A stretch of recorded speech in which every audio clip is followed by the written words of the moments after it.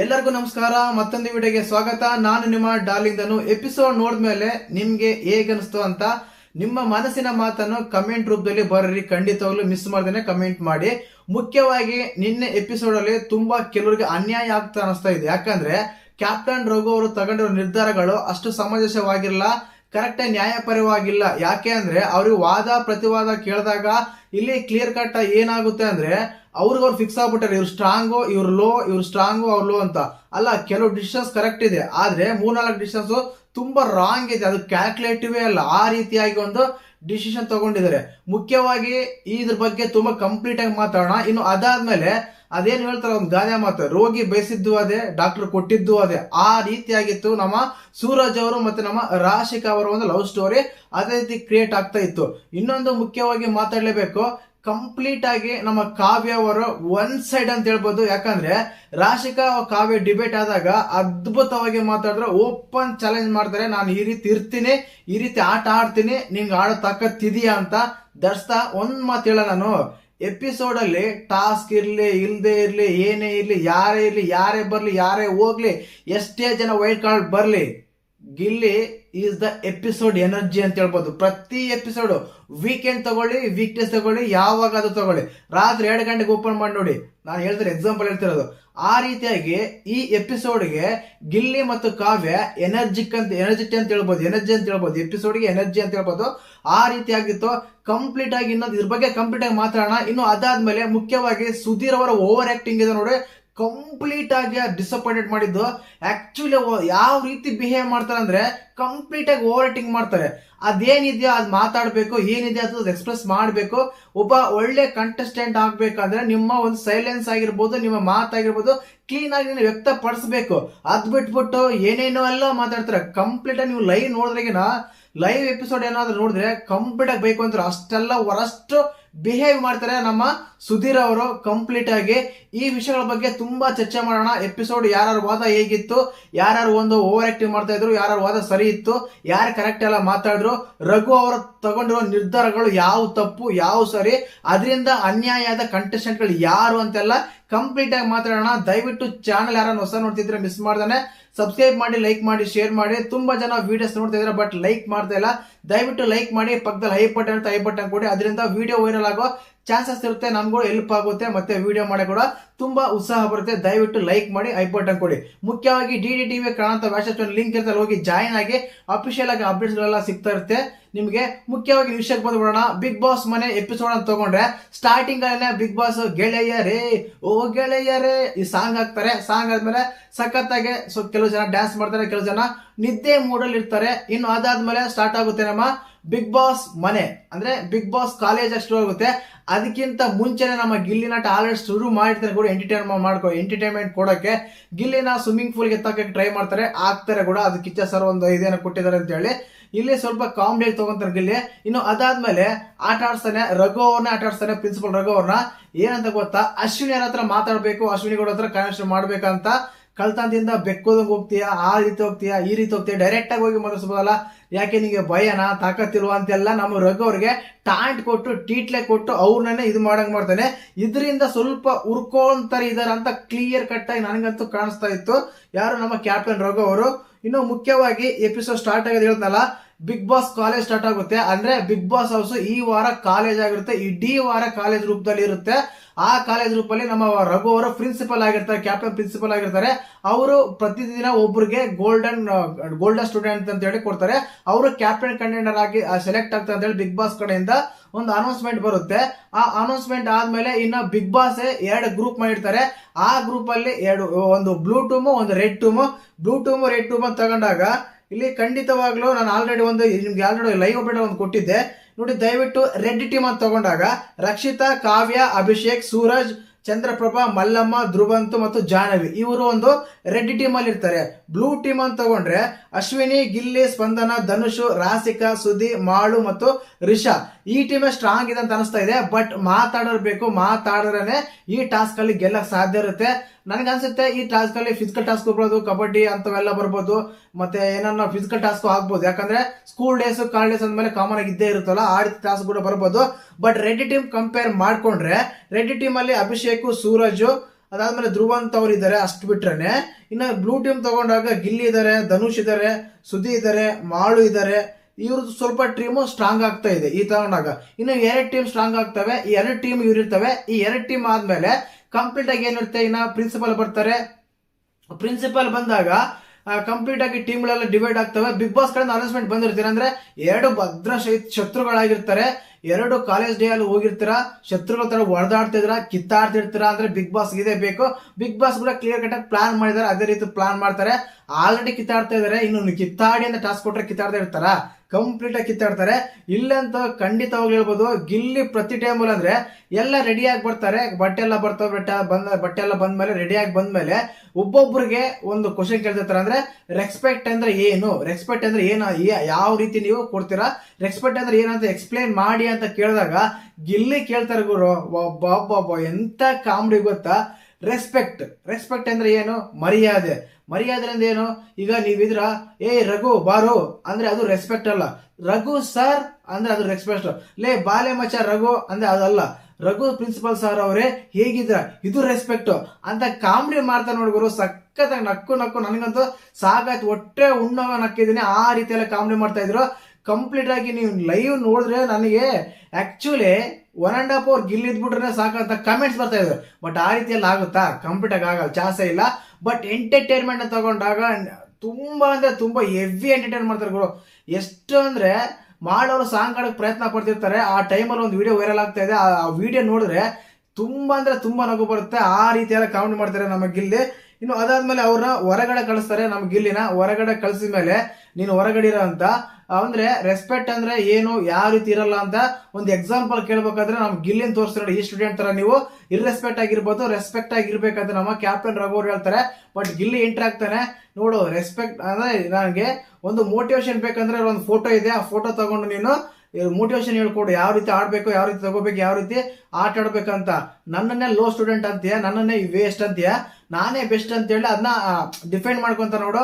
ಅದ್ಭುತ ಅಂತ ಹೇಳ್ಬೋದು. ಕಂಪ್ಲೀಟ್ ಆಗಿ ತುಂಬಾ ಅಂದ್ರೆ ತುಂಬಾ ಚೆನ್ನಾಗಿತ್ತು. ಗಿಲ್ಲಿ ಅವರ ಒಂದು ಪ್ರಿನ್ಸಿಪಲ್ ನ ಆಟ ಆಡ್ಸೋದಾಗಿರ್ಬೋದು, ಪ್ರಿನ್ಸಿಪಲ್ ಇದು ಮಾಡೋದಾಗಿರ್ಬೋದು, ಅವ್ರ ಹತ್ರ ಟೀಚರ್ ಮಾಡಿರೋದು, ಕ್ವಾಟ್ಲ ಕೊಡೋದಾಗಿರ್ಬೋದು, ಅಲ್ಲಿನ ಕಂಟೆಸ್ಟೆಂಟ್ ಕಂಪೇರ್ ಮಾಡ್ಕೊಂಡ್ರೆ ಗಿಲ್ಲಿ ಮನೆಯಲ್ಲಿ ತುಂಬಾ ಆಕ್ಟಿವ್ ಆಗಿದ್ದಾರೆ.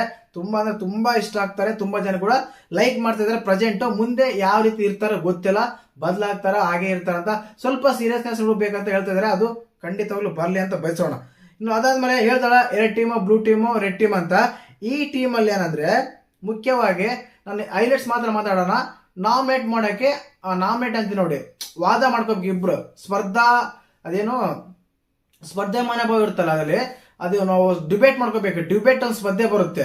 ಆ ಡಿಬೇಟ್ ಸ್ಪರ್ಧೆಯಲ್ಲಿ ಮೊದಲನೇದಾಗಿ ನಮ್ಮ ಕಾವ್ಯ ರಾಶಿಕ್ ಅವ್ರು ಎಂಟ್ರಿ ಕೊಡ್ತಾರೆ.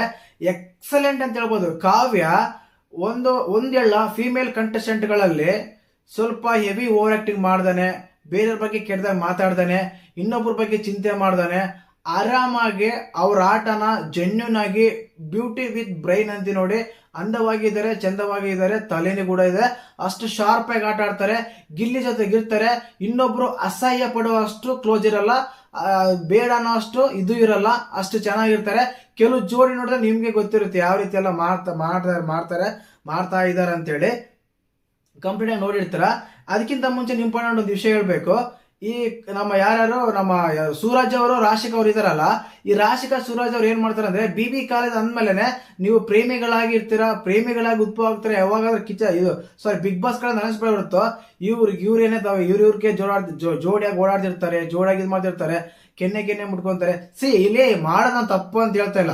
ಬಟ್ ನೋಡೋರ್ಗೆ ಅದು ಈಗ ಒಂದ್ ಪೇರ್ ಇರುತ್ತಂದ್ರೆ ಕಂಪ್ಲೀಟ್ ಆಗಿ ಜನ ಅಕ್ಸೆಪ್ಟ್ ಮಾಡ್ಕೊಂತಾರೆ. ಇವ್ರ ಜೋಡಿ ಚೆನ್ನಾಗಿದಪ್ಪ, ಇದೇ ತರ ಇರ್ಬೇಕಂತ.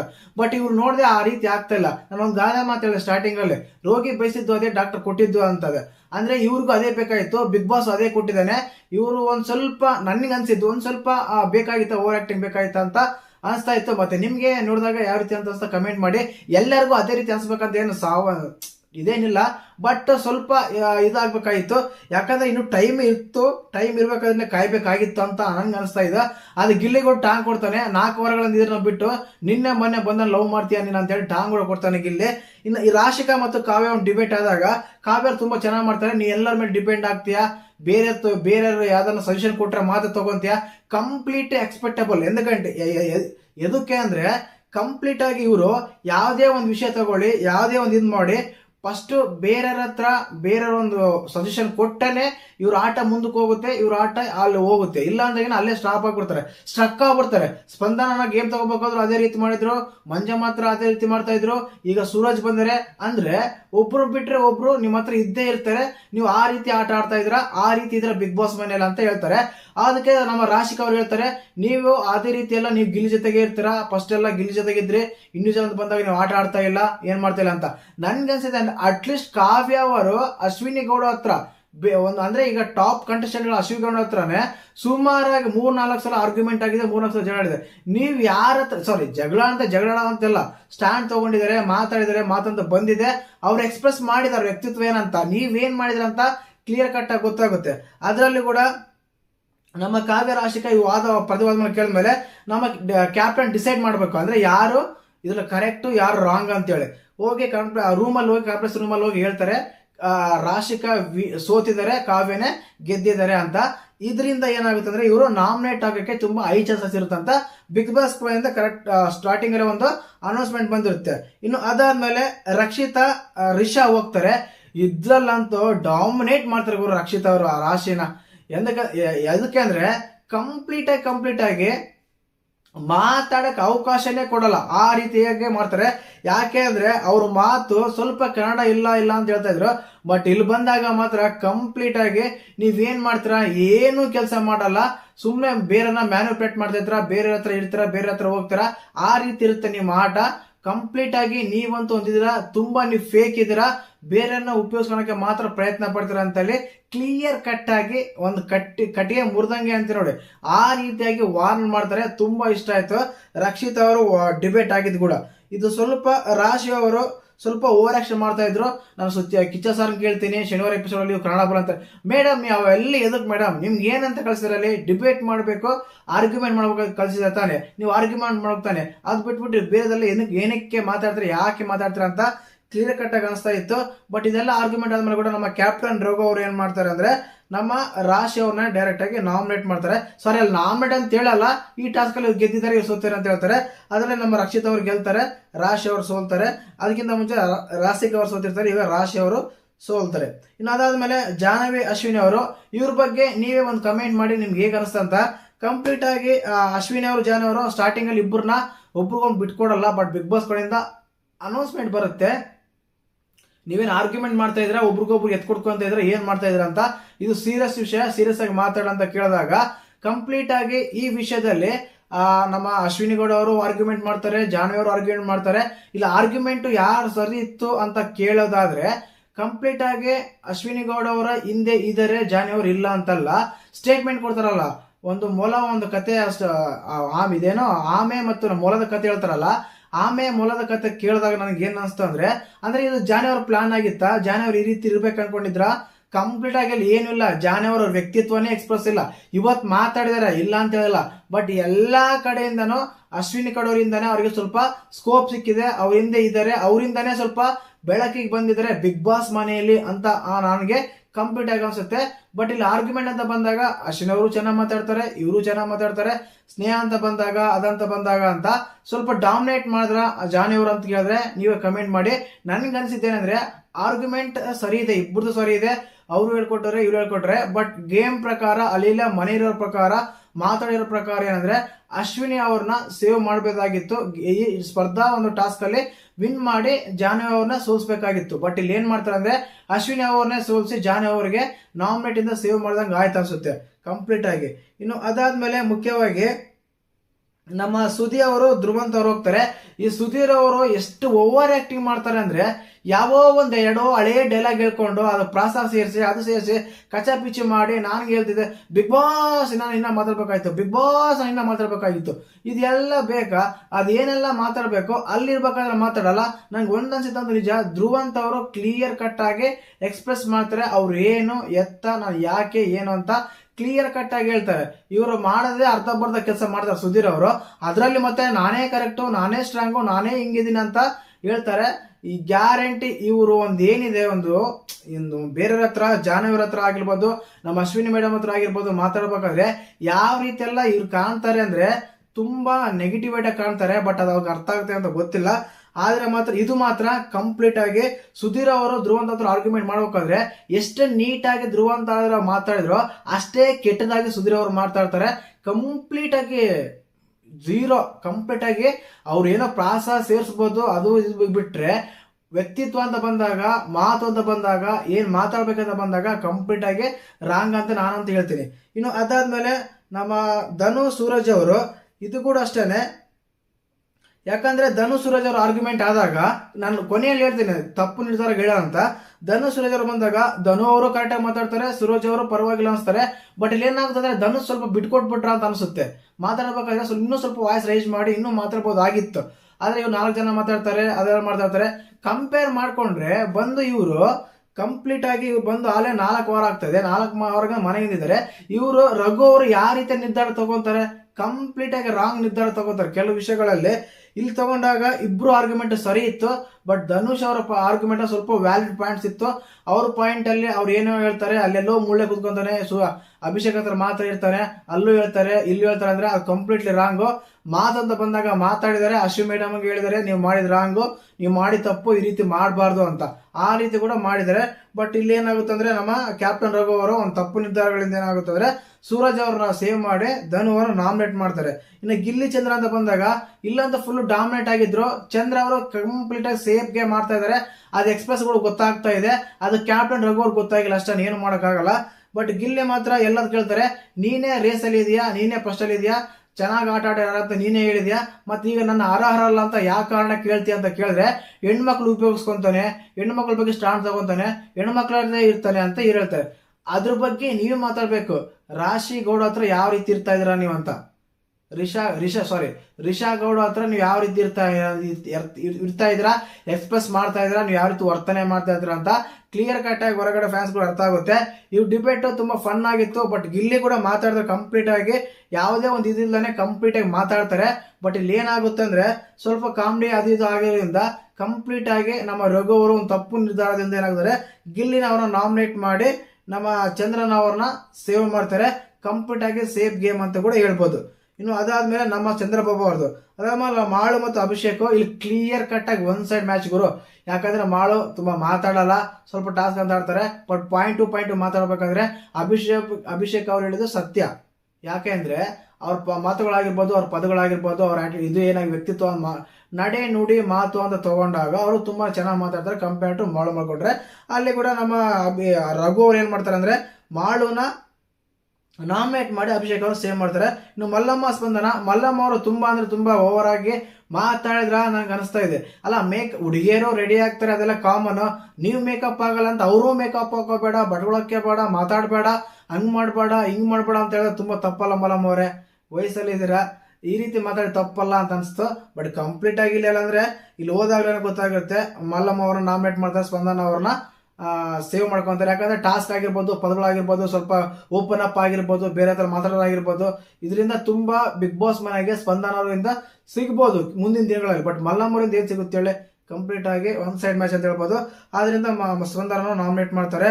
ಇನ್ನು ಅದಾದ್ಮೇಲೆ ಮುಖ್ಯವಾಗಿ ನಾನು ಇಲ್ಲಿ ಹೇಳ್ಬೇಕಂದ್ರೆ ರಘು ಅವ್ರು ತಗೊಂಡ ನಿರ್ಧಾರಗಳೇನಂದ್ರೆ, ನಮ್ಮ ಸುಧೀರ್ ಅವರು ಧ್ರುವಂತ್ ಅವರು ಒಂದು ಆರ್ಗ್ಯುಮೆಂಟ್ ಆದಾಗ ಕಂಪ್ಲೀಟ್ ಆಗಿ ಧ್ರುವಂತ್ ಅವ್ರು ಪಾಸಿಟಿವ್ ಇದೆ, ಅವ್ರನ್ನ ಸೇವ್ ಮಾಡ್ಬೋದಾಗಿತ್ತು. ಅವ್ರು ಮಾಡಿರೋ ಮಾತುಗಳು, ಮನೇಲಿರೋ ಆಕ್ಟಿವಿಟಿ, ಕೊನೆಯ ವಾರ ಇರುವಾಗ ಅದು ಇದೆಯಲ್ಲ ಅಂತ.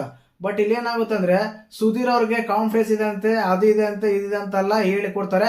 ಕಂಪ್ಲೀಟ್ ಆಗಿ ರಾಂಗ್ ಅಂತ ಹೇಳ್ಬೋದು ರಘು ಅವರು. ಇನ್ನು ಅದಾದ್ಮೇಲೆ ಅಶ್ವಿನಿ ಜಾನಿ ಕೂಡ ಅಶ್ವಿನಿ ಅವ್ರನ್ನ ಸೇವ್ ಮಾಡಿ ಜಾನಿ ಅವ್ರನ್ನ ನಾಮಿನೇಟ್ ಮಾಡ್ಬೇಕಾಗಿತ್ತು. ಬಟ್ ಅವರ ಮೂವ್ಮೆಂಟ್ ಅಲ್ಲಿ ಯಾವ ರೀತಿ ಎಲ್ಲ ತಲೆಯಲ್ಲಿ ಓಡ್ತೈತೆ ನನಗಂತೂ ಗೊತ್ತಿಲ್ಲ. ಬಟ್ ಯಾಕಂದ್ರೆ ಸ್ಟ್ರಾಂಗ್ ಇದ್ದಾರೆ, ಬಿಗ್ ಬಾಸ್ ಮನೆಗೆ ಗೊತ್ತು ಯಾರು ಸ್ಟ್ರಾಂಗ್ ಇದ್ದಾರೆ ಯಾರಿದೆ ಅಂತ.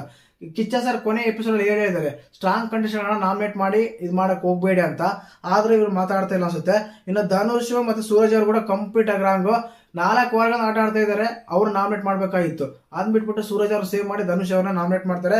ಇದು ಯಾವ ಯಾಕಂದ್ರೆ ಗೊತ್ತಿಲ್ಲ. ಇನ್ನು ಗಿಲ್ಲಿ ಅಂತ ಮನೆಯಲ್ಲಿ ಗಿಲ್ಲಿ ಅಷ್ಟು ಆಕ್ಟಿವಿಟಿ ಯಾರು ಇಲ್ಲ, ಆದ್ರೂ ಕೂಡ ಗಿಲ್ಲಿ ನಾಮಿನೇಟ್ ಮಾಡಿ ಚಂದ್ರವ್ರನ್ನ ಸೇಫ್ ಮಾಡ್ತಾರೆ. ಯಾವ ಕಾರಣಕ್ಕೆ ಯಾವ ತಲೆಗಿಲ್ಲ ಏನಾದ್ರೂ ಆಗಿದೆ ಅವ್ರಿಗೆ, ರಘು ಅವ್ರಿಗೆ ತಲೆ ಮೇಲೆ ಕೂದಲಿಲ್ಲ ನೋಡು, ತಲೆ ಮೇಲೆ ಒಂದು ಕೂದಲಿಲ್ಲ ನೋಡು ಅಂತ ಹೇಳ್ತಾರೆ. ಆ ರೀತಿ ಆಗುತ್ತೆ. ಕಂಪ್ಲೀಟ್ ಆಗಿ ಹೇಳ್ಬೇಕಂದ್ರೆ ನಿನ್ನೆ one man show, one man heroine ಅಂದ್ರೆ ನಮ್ಮ ಕಾವ್ಯ ಮತ್ತು ಗಿಲ್ಲಿ ಅವರು ಮಾತ್ರನೇ. ಯಾರ ಸ್ವಲ್ಪ ಪಿಯರ್ ಅನ್ಕೊಂತೀರಾ, ಬಕೆಟ್ ಅನ್ಕೊಂತೀರಾ, ರೊಕ್ಕ ಕೊಡ್ತಾರ ಅನ್ಕೊಂತೀರಾ, ಏನ್ ಬೇಕಾದ್ರೂ ಬರ್ಕೊಳ್ಳಿ, ಏನ್ ಬೇಕಾದ್ರೂ ಮಾಡ್ಕೊಳ್ಳಿ. ಎಪಿಸೋಡ್ ನೋಡಿದಾಗ ಇವ್ರು ಕರೆಕ್ಟ್, ಇವ್ರು ಸರಿ, ಇವ್ರು ತಪ್ಪು ಅಂತ ಹೇಳೋದು ನಾನು ವೃತ್ತಿ, ನಾನು ಹೇಳ್ತೀನಿ. ಅಷ್ಟು ಬಿಟ್ರೇನೆ ಯಾರೋ ಏನೋ ಮಾಡ್ತಾ ಇರ್ತೀರಾ, ಏನೋ ಕಮೆಂಟ್ ಮಾಡ್ತೀರಾ ಅಂತ ಅವೆಲ್ಲ ಹೋಗಲ್ಲ. ನಿನ್ನೆ ನನಗೆ ಅನ್ಸಿದ್ದು ರಾಶಿಕಾ ಸೂರಜ್ ಅವ್ರ ಬಗ್ಗೆ ನೀವೇ ಕಮೆಂಟ್ ಮಾಡಿ ಏನಂತ ಹೇಳ್ತೀರಾ. ಕೊನೆಯಲ್ಲಿ ನಮ್ಮ ಗಿಲ್ಲಿ ನಟ ಒಂದು ಸಾಡ್ ಹೇಳ್ತಾರೆ, ನಾಯಿ ಓಡಕ್ಕೆ ಕೋಲ್ ಬೇಕು, ಬೆಳಿಗ್ಗೆ ಎಮ್ಮೆ ಹಾಲು ಬೇಕು, ಸುತ್ತಾಡಕ್ಕೆ ನಿನ್ನ ಹಾಲಿಲ್ಲ, ಏನೋ ಅಲ್ಲಿಲ್ಲ. ಕಾಮಿಡಿ ಅಂದ್ರೆ ಕಾಮಿಡಿ ಮಾರ್ರೆ, ಒಂದು ಲೆವೆಲ್ಗೆ ಗಿಲ್ಲಿ ಅವರು ಶೋ ನಡೆಸ್ತಿರೋದೇ ಅವರಿಂದ ಬರ್ತಾ ಇದೆ ಅಂತ ಕಂಪ್ಲೀಟ್ ಆಗಿ ಬರುತ್ತೆ. ನಾನು ಸ್ಟಾರ್ಟಿಂಗ್ ಅಲ್ಲಿ ಹೇಳಿದೆ, ಟಾಸ್ಕ್ ಇರ್ಲಿ ಬಿಡ್ಲಿ, ಯಾರೋ ಬರ್ಲಿ ಹೋಗ್ಲಿ, ಇನ್ಯಾರೋ ಬರ್ಲಿ, ಬಿಗ್ ಬಾಸ್ ರೂಲ್ಸ್ ಚೇಂಜ್ ಮಾಡ್ಲಿ, ಎಕ್ಸ್ಪೆಕ್ಟ್ ಆದ ಅನ್ಎಕ್ಸ್ಪೆಕ್ಟ್ ಮಾಡ್ಲಿ, ಎಂತ ಮಾಡ್ಲಿ, ಕಂಟೆಂಟ್ ಕೊಡಲ್ಲ ಮಾತ್ರ ಕಮ್ಮಿ ಮಾಡಲ್ಲ ಅಂತಾರೆ ಗಿಲ್ಲಿ. ಇದಾಗಿತ್ತು ನಿನ್ನೆ ಎಪಿಸೋಡಿನ ರಿವ್ಯೂ. ಮತ್ತೆ ನೀವು ಎಪಿಸೋಡ್ ನೋಡಿದಾಗ ಯಾವ ರೀತಿ ಅನಿಸ್ತು, ಏನು ಅನಿಸ್ತು ಅಂತ ಕಮೆಂಟ್ ಮಾಡಿ. ದಯವಿಟ್ಟು ಹಾಗೇನೆ ಚಾನಲ್ ಯಾರು ಹೊಸ ಮಾಡ್ತಿದ್ದಾರೆ ಮಿಸ್ ಮಾಡ್ದೇನೆ ಸಬ್ಸ್ಕ್ರೈಬ್ ಮಾಡಿ, ಲೈಕ್ ಮಾಡಿ, ಶೇರ್ ಮಾಡಿ. ಜೈ ಹಿಂದ್, ಜೈ ಕರ್ನಾಟಕ. ಮತ್ತೆ